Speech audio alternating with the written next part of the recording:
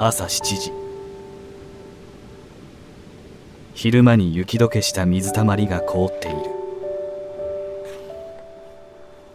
越冬したエルタテハが氷の上で日向ぼっこだろうか。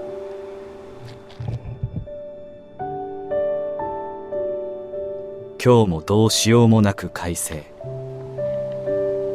4月とはいえ標高1400メートルの奥日光ともなると夜の気温は零下になることも多いのだろう。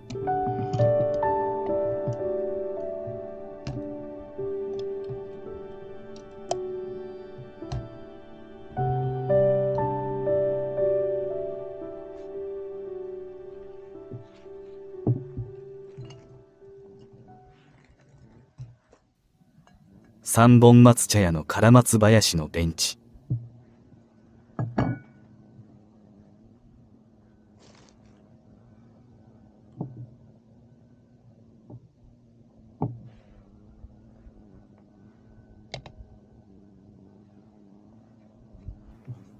カップを温めるのはエスプレッソマシンの上でカップを温めているミラノのカフェの風景に着想を得ている。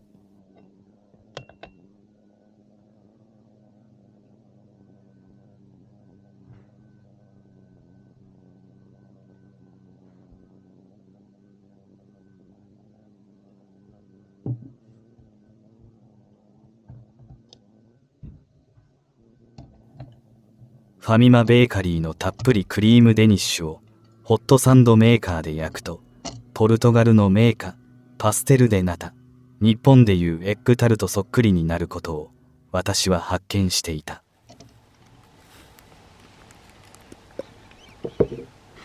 ミラノの朝はネスカフェで始まるというコマーシャルがあったが、そもそもイタリアの朝はインスタントコーヒーでは始まらない。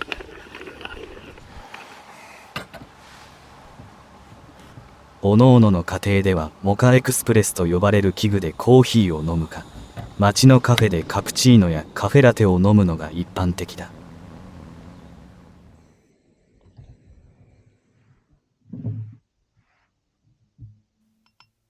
ただしアリタリア航空のエコノミークラスの食事にはインスタントコーヒーでお茶を濁しているようではある。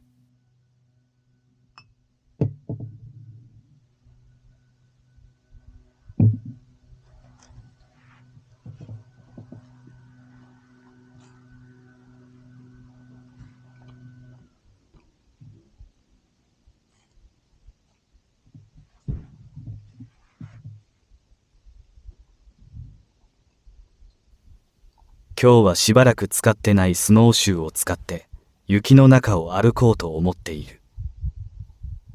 6年前に購入して以来、4年前に2回使用したっきり、全然使っていないのだ。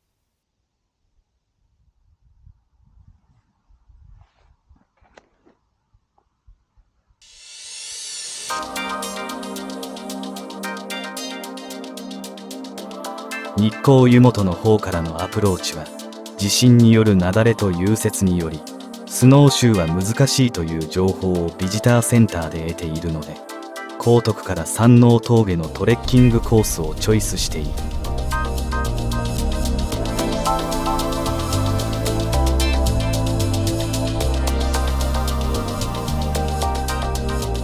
Approaching minimums. Approaching minimums. 100. 50, 40, 30, 20, 10.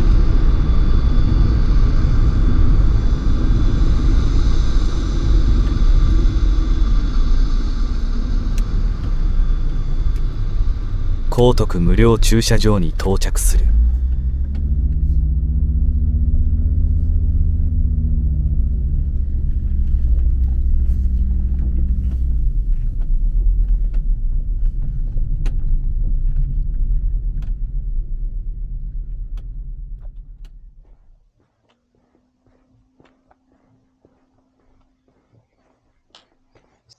朝ごはんなんですか、昼ごはんなんですか。昼ごはん早いですね。車の後ろでお食事中の老夫婦だ。朝食には遅く、昼食には早い11時である。まあ、11時だとトレッキング出発にはどう考えても遅いのだが。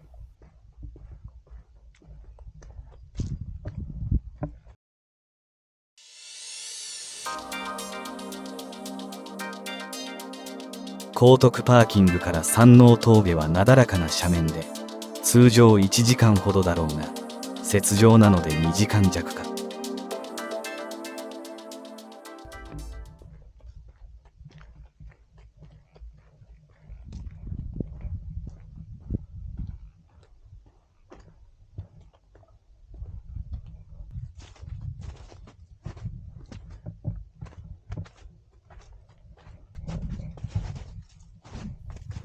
登山道は意外と雪が溶けていて、スノーシューなしでも行けるのかと思って焦る。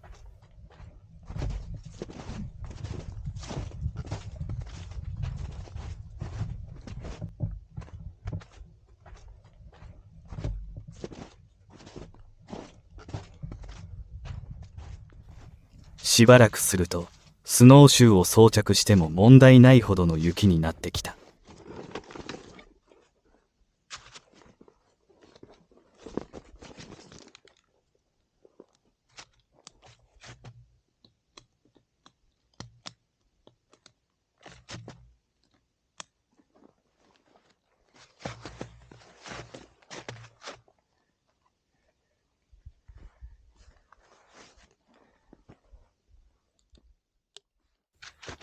笹林は大抵雪解けが早く、登山歩道は最後まで雪が溜まっているというのは山あるあるである。しばらくは雪解け箇所の面積の方が多いが、少しずつ雪の割合が増え、杉林になるとほぼ雪に覆われた地面になる。ただ雪の地面は枯れ枝や枯れ葉で雪の上が散らかっていて、気分がアゲアゲというわけにはならない。雪の上の足跡を追従していくのも良いが、その足跡がいつも正しいコースであるという保証はない。一人が間違った踏み跡を残せば、次の人も間違い、その次の人もという具合に、全員間違いという可能性もゼロではない。こうなると、登山コースが分かりにくく、木にくくりつけてあるリボンやペンキを頼りに歩いていくことになる。踏み跡とリボンとペンキの二重チェックをしながら登る。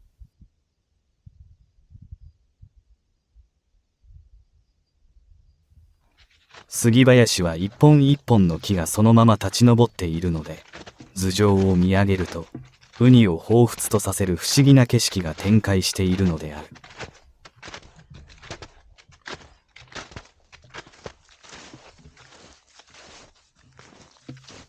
一方、広葉樹林帯は雪が白く、空がよく見えるので楽しい。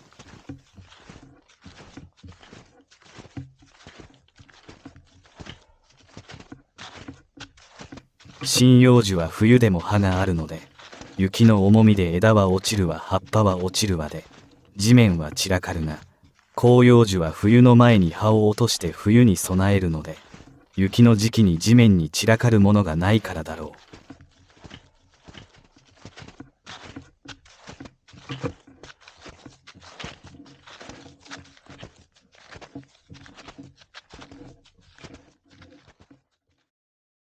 トレッキングポールの片方のスノーバスケットがすっぽ抜けて紛失してしまっているという悲しい現実に気づく。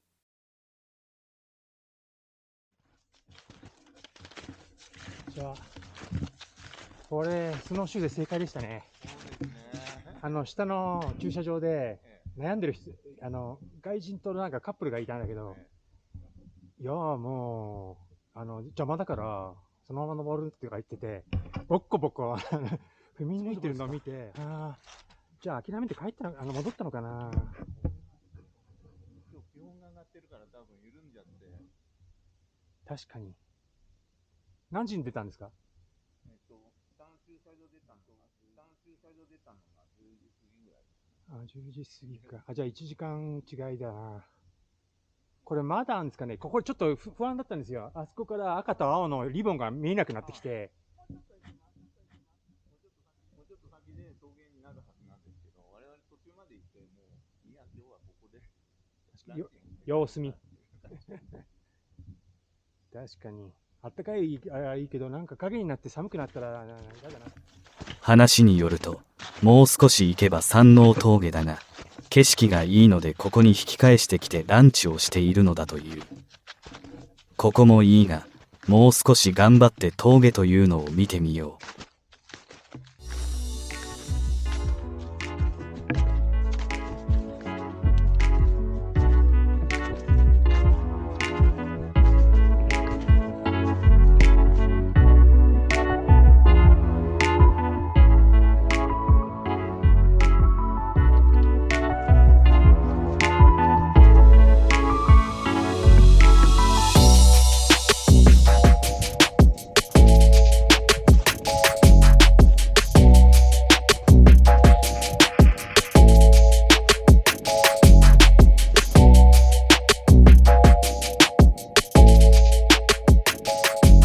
峠に着いた。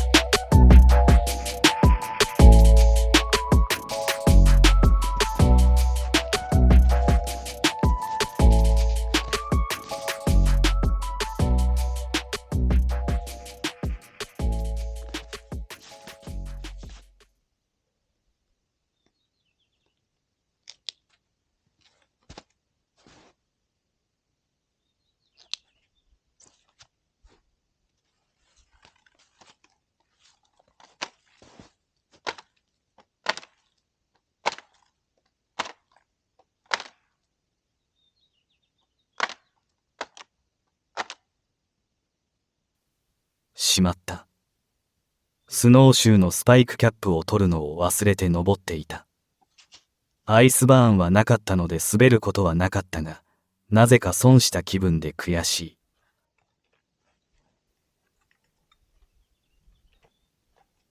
300円の折りたたみ三脚椅子を持参した。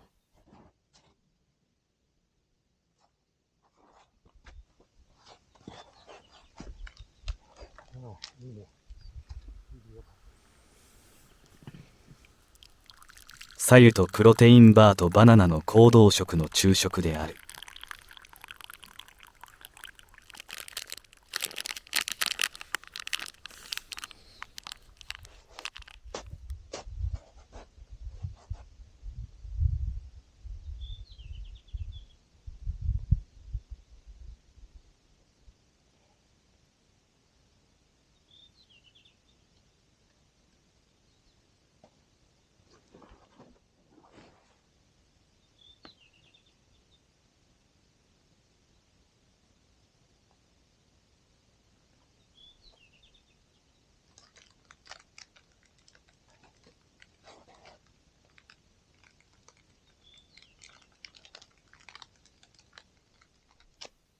きれいな雪の上の木陰を見ていてふと思い浮かぶ。そうだ、あれをやろう。スノーダイブ選手権である。さて、採点は 8.3, 8.5, 8.4, 8.6。テレマークが中途半端で得点が伸び悩んでいる。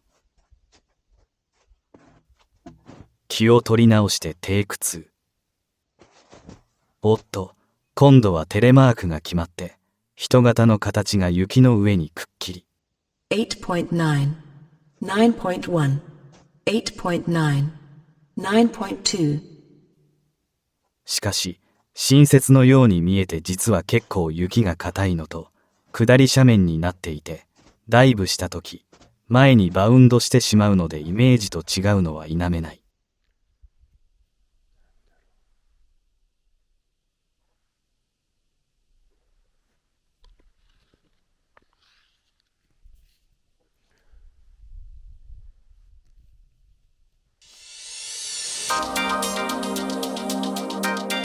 トレッキングコースはさらに続いていて、日光湯本に抜けられるのだが、時間的にもう難しい。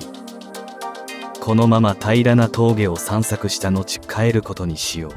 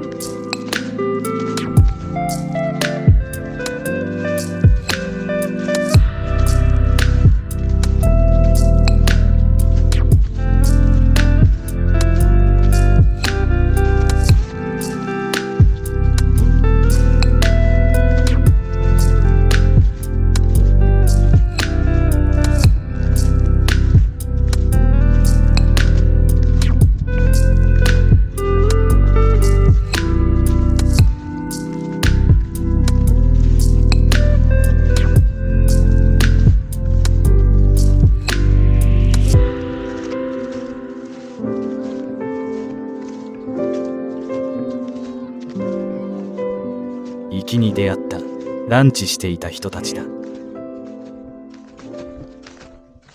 僕も相当ゆっくりしたけど、相当ゆっくりしてましたね。昼寝でもしてたんですか？昼寝でもしてたんですか？昼寝してました。やっぱり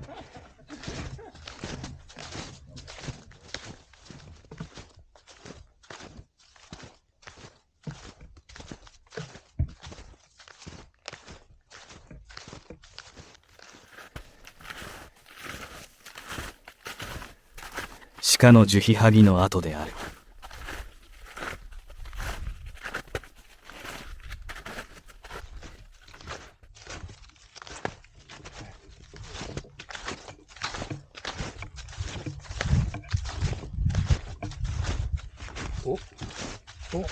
お、あったぜ。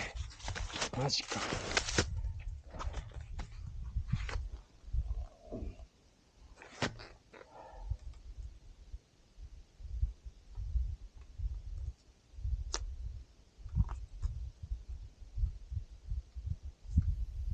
奇跡的に紛失していたトレッキングポールのスノーバスケットを回収。リカバリーです。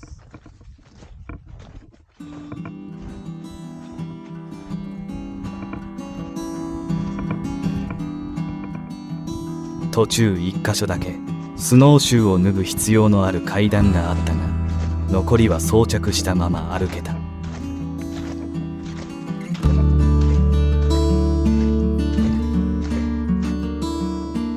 季節的にスノーシューをするには遅すぎる感はあったが、いやいやどうして十分楽しめた。なんなら半袖 T シャツで行動できる手軽さは厳冬期より気楽でずっと楽しいかもしれない。自分へのご褒美に高徳牧場のソフトクリームでトレッキングを締める。無事帰還する。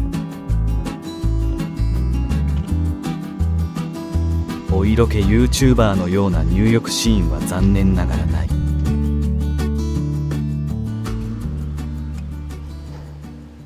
赤霊の入浴シーンで我慢してもらおう。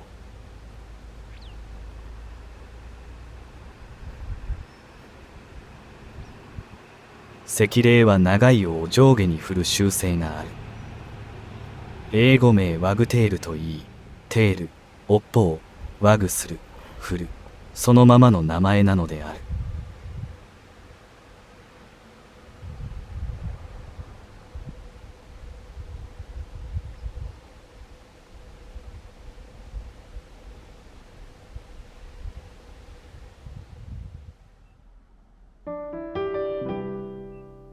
一日の疲れを癒してくれる夕暮れ時に凛と佇むいちごサワーを見かけたら、あなたはどうするだろうか。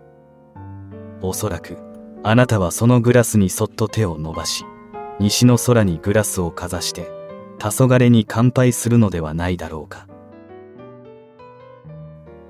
それではその凛と佇むいちごサワーをこしらえよう。自家栽培レモンをスライスカットする。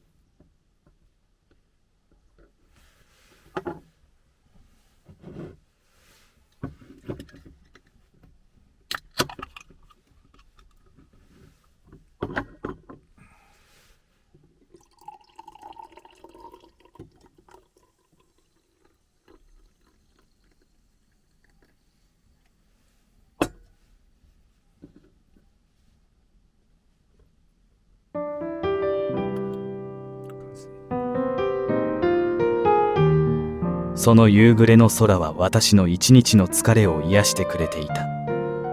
その時たまたま凛と佇むいちごサワーのグラスを見かけた。私は手をそっと伸ばし、そのままグラスを西の夕暮れにかざした。黄昏に乾杯。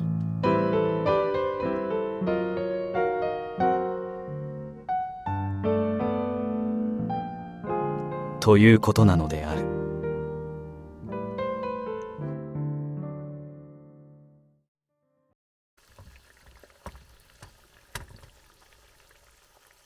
スペインのバルといえばタパスだが、これは言わずと知れたアヒージョである。イメージ的にはこんな感じか。バルデの晩飯を意識してこれを作っていこう。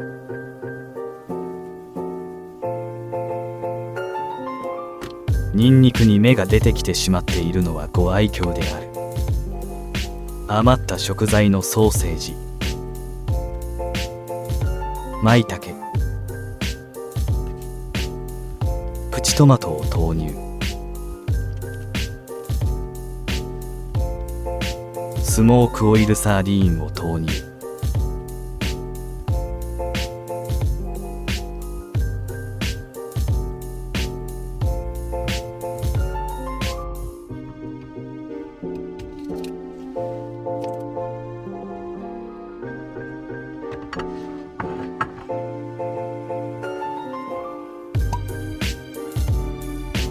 フランス・プロバンス地方の本格ソムリエナイフで開ければ400円ワインも高級ワインに早変わり。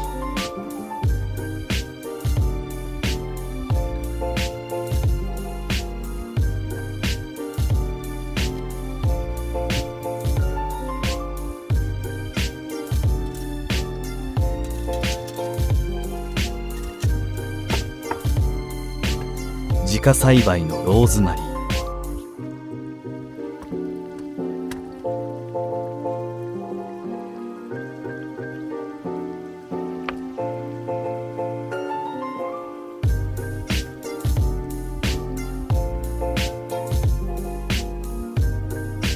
カイワレと自家栽培イタリアンパセリを散らす。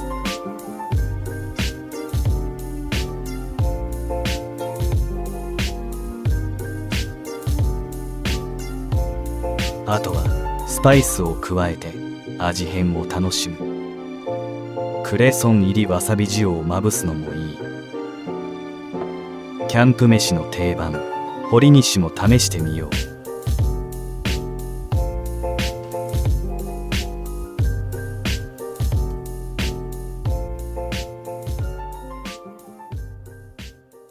かくして久々のスノーシュートレッキングを堪能した奥日光の高徳であった。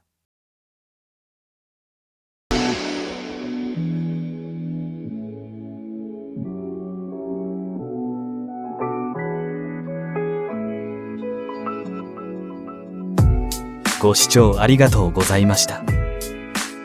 面白いと感じていただけたらよろしければチャンネル登録、そしていいねボタンを押していただくと動画作成の励みになります。